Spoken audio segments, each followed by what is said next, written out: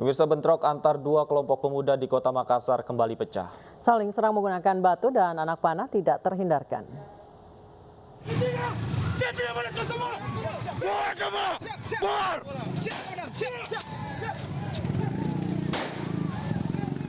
Kerumunan warga yang diduga menjadi penyebab tawuran ini dibubarkan tim Thunder Dir Samapta Polda Sulawesi Selatan.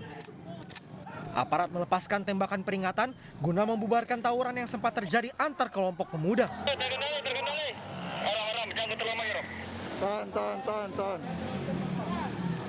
Sebelumnya puluhan pelaku dari dua kubu terlibat bentrok dan saling kejar. Pada saat kami standby di Jalan Urip Sumoharjo, kami menerima informasi dari jajaran Polsek Tatalo meminta perkuatan. Jadi pada saat itu kami segera mendatangi TKP dan melakukan penindakan. Guna mengantisipasi tawuran susulan, polisi memeriksa setiap kerumunan pemuda lainnya di sekitar lokasi kejadian. Dari Makassar, Sulawesi Selatan, Muhammad Nurbone, iNews melaporkan. Wali Kota Surakarta Gibran Raka Buming Raka memantau razia PSK di jalanan Kota Solo, Jawa Tengah. Sebanyak 53 PSK yang terjaring razia akan dibina di panti dinas sosial.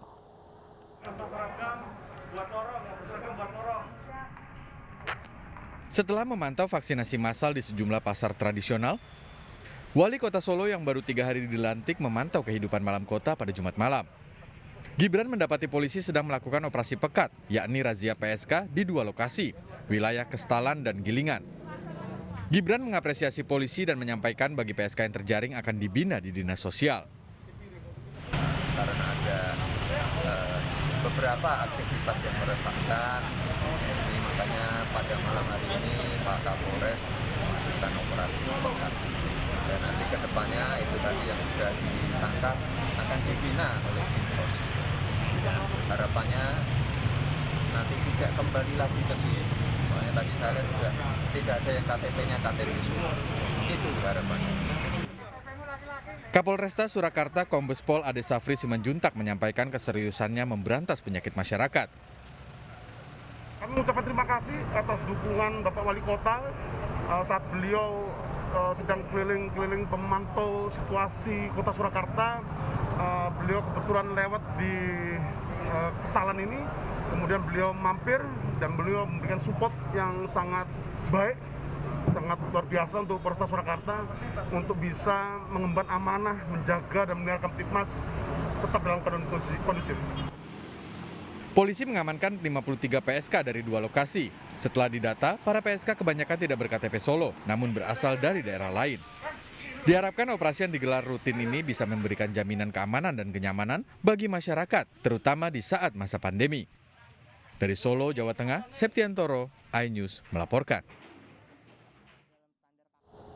Pemirsa, video pasukan pengamanan Presiden atau Paspampres menendang seorang pengendara sepeda motor viral di media sosial. Komandan Paspampres mengatakan rombongan pengendara motor menerobos kawasan Ring 1 Istana di Jalan Veteran 3 Jakarta Pusat yang sedang ditutup karena ada kegiatan. Inilah detik-detik rombongan pengendara motor menerobos kawasan Ring 1 Istana di Jalan Veteran 3 Jakarta Pusat. Namun baru beberapa meter melaju, rombongan diadang oleh pasukan pengaman Presiden. Salah seorang pemotor terjatuh ditendang Paspampres.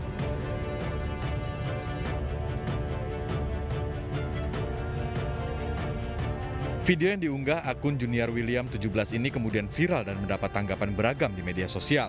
Peristiwa terjadi pada Minggu pagi 21 Februari lalu. Komandan Paspampres Maijen TNI Agus Subianto mengatakan rombongan motor menerobos kawasan Ring 1 Istana di Jalan Veteran 3 Jakarta Pusat yang sedang ditutup karena ada kegiatan instalasi. Dan Paspampres mengatakan harus mengantisipasi gangguan sekecil apapun di wilayah pengamanan VVIP, termasuk memberikan tembakan peringatan jika diperlukan. Setelah viral di media sosial, akun Jetli Wandana 2 memposting permohonan maaf dan menyebut telah berkoordinasi untuk mediasi dengan pihak Paspampres. Permohonan maaf secara langsung akan disampaikan pada Senin besok.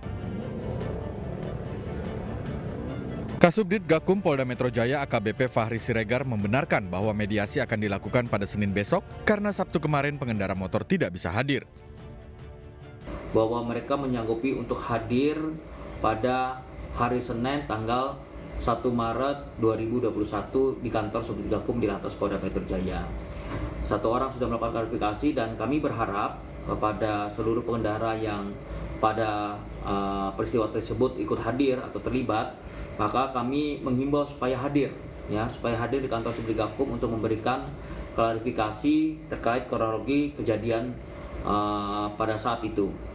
Dan kami juga akan melihat kronologis kejadian, sehingga nanti dari kronologis kejadian berdasarkan klarifikasi, baik itu klarifikasi dari teman-teman Pas Pampres maupun dari pengendara-pengendara tersebut, kita akan mengetahui pelanggaran apa yang terjadi. Ya, dugaan sementara memang pelanggaran lalu lintas.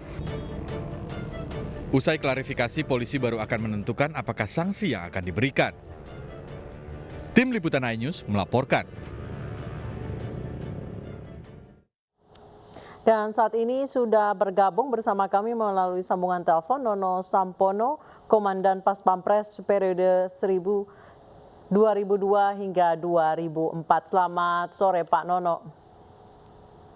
Selamat sore. Baik, Pak Nono, sebenarnya seperti apa sih Pak aturan larangan melintas terutama di Ring 1 Istana yang baru-baru ini viral video ada pengendara motor yang menerobos barikade Ring 1 kemudian ditendang motornya oleh Pas Pampres. Ya, begini, kami ini sudah masuk viral kemana-mana. Tentu ada pro dan kontra melihat persoalan ini. Tapi saya harus mengatakan bahwa ada ketentuan yang mengikat, sangat mengikat di lingkungan Presiden, Wakil Presiden, dan tamu negara. Jadi sistem yang berlaku di semua kepala negara seluruh dunia itu relatif hampir sama. Membagi pada tiga wilayah. Jadi wilayah pertama adalah wilayah yang melekat langsung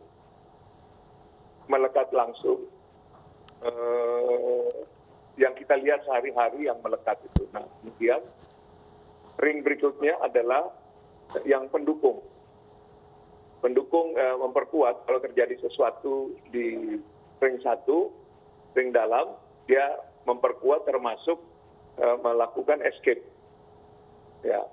Yang ketiga, nah ini ada yang mengawal, misalnya istana, mengawal itu wilayah-wilayah yang mengawal tentang sarana prasarana yang digunakan. Jadi intinya adalah tugas Pas Pampres ini mengamankan, menyelamatkan, dan kenyamanan, berkaitan dengan kenyamanan. Baik. Fisik, Presiden, Wakil Presiden, tamu negara, kemudian keluarga, kemudian sarana prasarana yang digunakan, dan harta bendanya. Baik, Pak Jadi, Nono. itu kira-kira. Nah, bersinggungannya teman-teman dari motor besar ini, yaitu pada ring 3. Pada ring 3. Jadi jalan veteran itu jalan masuk keluar istana kepresidenan, bahkan langsung Wapres punya ruang kerja di situ. Iya. Saya sering juga lewat situ kalau mau masuk ke istana, ada acara, ya kami diperiksa seperti apa adanya. Nah, di lingkungan istana, yang Merdeka Utara kan sebelah ditutup. Jalur sebelah ditutup, jalur satunya digunakan. Nah, kalau di veteran, itu dibuka ruang atau peluang untuk masyarakat menggunakan. Tetapi ada batasan-batasannya. Nah, ada tanda-tanda di mana dia harus berjalan zigzag. Dengan demikian dia harus mengurangi kecepatan. Kemudian ya itu suara-suara yang mengganggu kenyamanan tentu akan berhadapan dengan Pas Pampres. Ya. Jangan membayangkan Pas Pampres itu seperti polisi menilang pelanggaran lalu lintas. Tidak seperti itu. Baik. Karena Pas Pampres sudah bermain keras. Coba Anda bayangkan kecepatan sepeda motor itu berapa itu? Iya. Meraung-raung. Dan ya memang tindakan itu adalah tindakan yang harus dilakukan. Ya, menurut saya masih lumayan ringan. Baik. Coba kita bayangkan sepeda motor ini bawa senjata atau bom.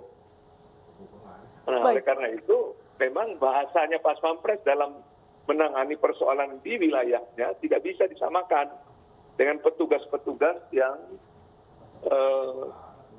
ya kita lihat misalnya Polantas memeriksa pengguna jalan. Beda, sangat beda. Baik, Pak Nono, Gitu. Kita lihat bahwa memang ini pengendara motor menerobos sebenarnya wilayah yang sudah dibarikade. Seharusnya mereka yang menerobos wilayah yang sudah ditutup ini tindakannya seperti apa Pak yang dilakukan oleh Pas Pampres? Tadi Bapak bilang ini sebenarnya yang dilakukan hanya menendang motor saja itu termasuk ringan. Kata mungkin Pas Pampres bisa melihat orang tersebut bukan ancaman gitu Pak. Tapi seharusnya apa yang dilakukan? Ya memang itu tindakan, menurut saya tindakan yang paling yang harus dilakukan. Yang kemarin itu ditendang itu ya memang tidak ada cara lain. Dengan kecepatan motor seperti itu tidak bisa. Coba Anda bayangkan. Siapa yang bisa nangani sepeda motor dengan kecepatan seperti itu? Tidak bisa, kecuali dengan dia. Kalau masih nendang itu masih dalam batas-batas kewajaran menurut saya. Jadi bahasanya Pas Pampres di wilayah tugasnya, jangan dibayangkan seperti lalu lintas menahan pelanggar lalu lintas. Kira-kira begitulah. Artinya apa yang dilakukan Pas Pampres kemarin memang masih ringan begitu Pak ya. Tentu Jadi kita dalam harus menjalankan maklum, tugas Pas keamanan dan Pampres. keselamatan Iya. dan kenyamanan kepala negara kita itu ya menjadi tanggung jawab Pas Pampres. Iya, termasuk keamanan dan kenyamanan jadi tadi Anda kalau katakan. kita lihat sepeda motor yang lari dengan kecepatan di atas 100 km, coba Anda bayangkan. Saya mau tanya, seperti apa Anda menyelesaikannya? Mau seperti apa itu? Ya itu yang memang harus dilakukan. Baik, Pak Nono, saat ini pengendara motor sudah meminta maaf. Apakah maaf itu cukup, Pak? Ya biar saja nanti polisi yang, karena ini sudah melanggar hukum, melanggar aturan. Baik. Pasti diserahkan ke kepada kepolisian, pihak kepolisian. Saya mengingatkan juga kepada teman-teman kepolisian agak lebih tegas lagi, jangan sampai Pas Pampres berhadapan dengan hal-hal seperti ini. Agar lebih tegas lagi. Karena sebetulnya harusnya di wilayah ada tanggung jawabnya, baik Polda maupun Kodam di luar Pas Pampres, kira-kira begitu. Nah, sehingga Pas Pampres sudah bahasanya adalah bahasa tegas, tidak ada cerita lagi karena ringnya sudah ring paling dekat, ya. Baik. Dan ketentuannya memang seperti itu adanya. Jadi saya kira tidak cukup. Teman-teman yang di motor besar itu sudah terlalu membuat persoalan.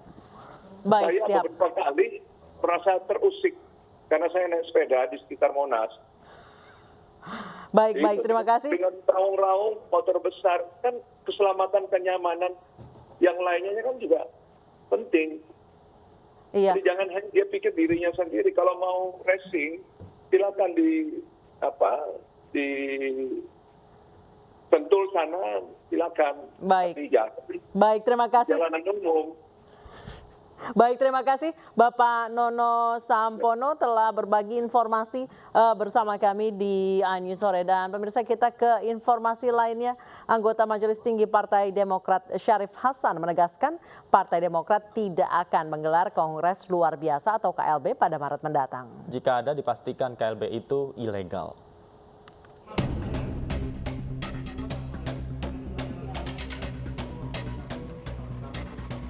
Anggota Majelis Tinggi Partai Demokrat Syarif Hasan menegaskan jika ada Kongres Luar Biasa Partai Demokrat pada Maret mendatang dipastikan ilegal.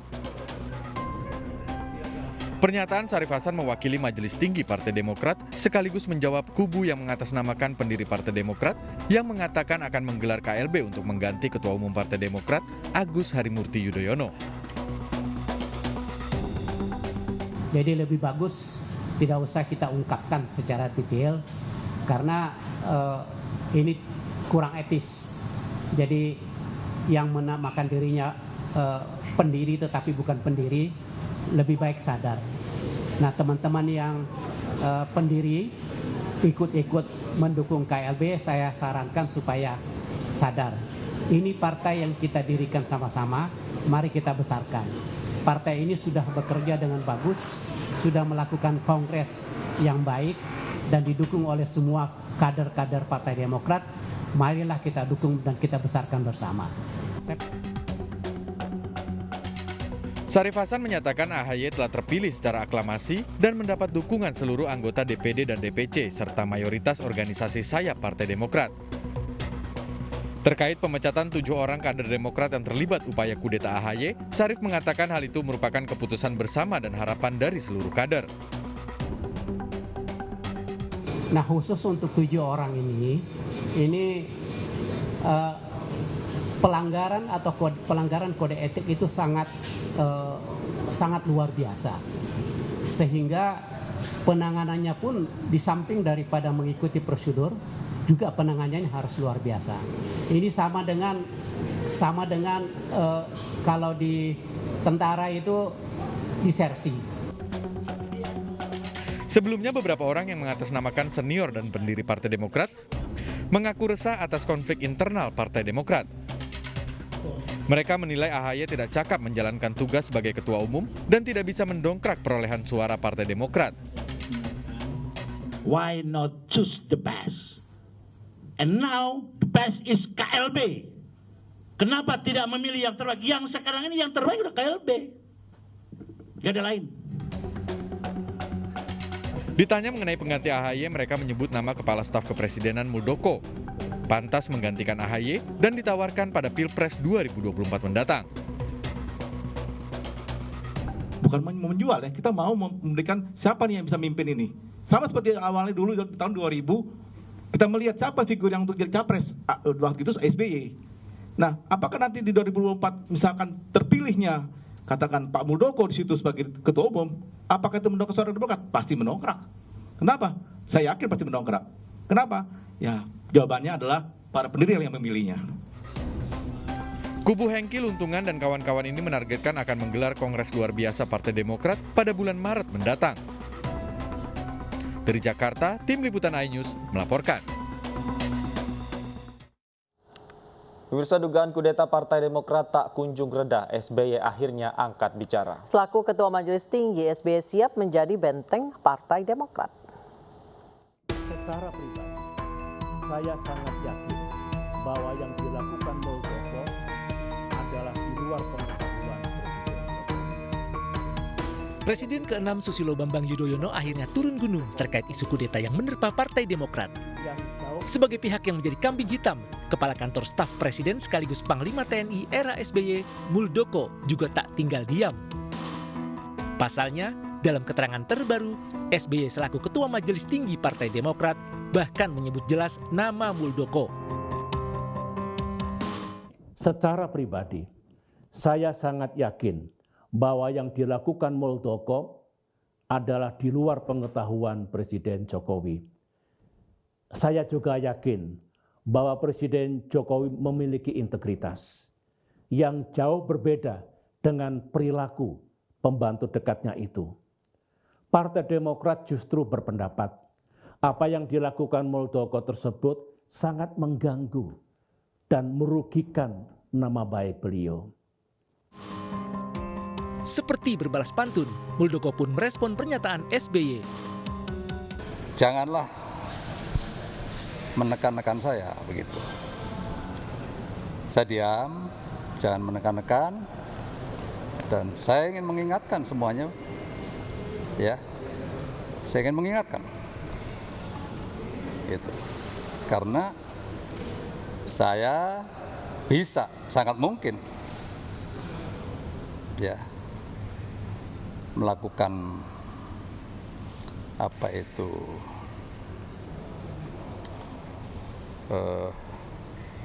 Langkah-langkah yang saya yakini. Pernyataan Muldoko pun kembali disambut pendukung SBY. Andi Arief menyindir bahwa setelah isu kudeta mencuat ke permukaan, Muldoko tetap bergerak bersama kader yang bersengkongkol. Sejumlah kader aktif hingga mantan anggota Partai Demokrat disebut-sebut menjadi aktor dalam rencana kudeta terhadap kepemimpinan AHY.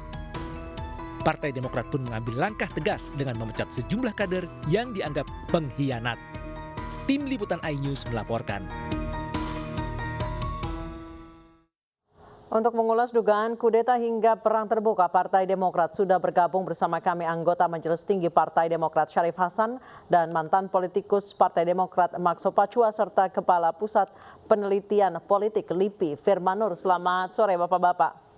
Selamat sore. Saya ke Pak Max terlebih dahulu. Pak Max, ini ada sebagian dari kader Partai Demokrat maupun mantan kader Partai Demokrat kekeh banget sangat ingin diadakannya KLB. Kenapa, Pak? Pertanyaannya ke siapa? Ke saya? Ke Pak Max. Oh ya, bagus-bagus saja lah gitu ya. Bahwa KLB ini bukan pertama kali. KLB ini adalah yang kedua. Yang pertama adalah tahun 2013 di Bali, di mana SBY yang menjadi ketua umum menggusur Anas Urbaningrum pada waktu itu. Dan saya adalah ketua organizing komitenya. Jadi kalau tadi disebut bahwa secara aklamasi, siapapun terpilih secara aklamasi, saya pernah membuat aklamasi itu. Pak Max, waktu itu kan karena Anas Urbaningrum terseret kasus korupsi. Kalau ini masalahnya apa? Kenapa harus KLB? Ya, kalau kita lihat persoalan yang mendasar sekarang, dan sudah beberapa kali dilakukan konferensi pers dan lain-lain sebagainya, saya kira ini ada kesumbatan yang terjadi selama ini di barisan paling bawah atau di daerah-daerah. Kita tahu juga bahwa keterpilihan AHY yang kemarin pun disayangkan tidak melalui prosedur kongres sebagaimana biasanya. Mana ada kongres yang 4 jam. Dan Pak Syarif Hasan juga adalah pimpinan kongres pada waktu itu. Saya kira Pak Syarif Hasan juga harus bicara jujur. Bagaimana caranya proses kongres itu berlangsung sehingga bisa terpilihnya AHY. Tidak ada orang yang bisa yang mengatakan tidak boleh. Boleh. Tetapi lakukanlah sesuai dengan prosedur kongres yang ada. Ada pembahasan tatip, ada pembahasan anggaran dasar anggaran rumah tangga, ada hal-hal yang menyangkut pertanggungan jawab ketua umum terhadap kepemimpinannya selama ini. Itu kan tidak ada. Jadi ujuk-ujuk orang disuruh keluar. Seperti halnya para senior disuruh keluar, lantas masuknya sudah terpilih. Itu kan jadi maksudnya AHY ini terpilih tidak berdasarkan ADART partai gitu? Iya, tidak sama sekali tidak mengikuti aturan yang ada dalam anggaran dasar. Baik, saya akan konfirmasi ke Pak Syarif Hasan, benarkah AHY dipilih tidak melalui proses kongres yang sebagaimana seharusnya atau tidak melalui ADART partai? Pak Syarif, namun mohon maaf Pak Syarif, kita jeda dulu. Pak Firman, kita juga jeda terlebih dahulu dan pemirsa kami akan kembali dengan dialog ini usai jeda berikut.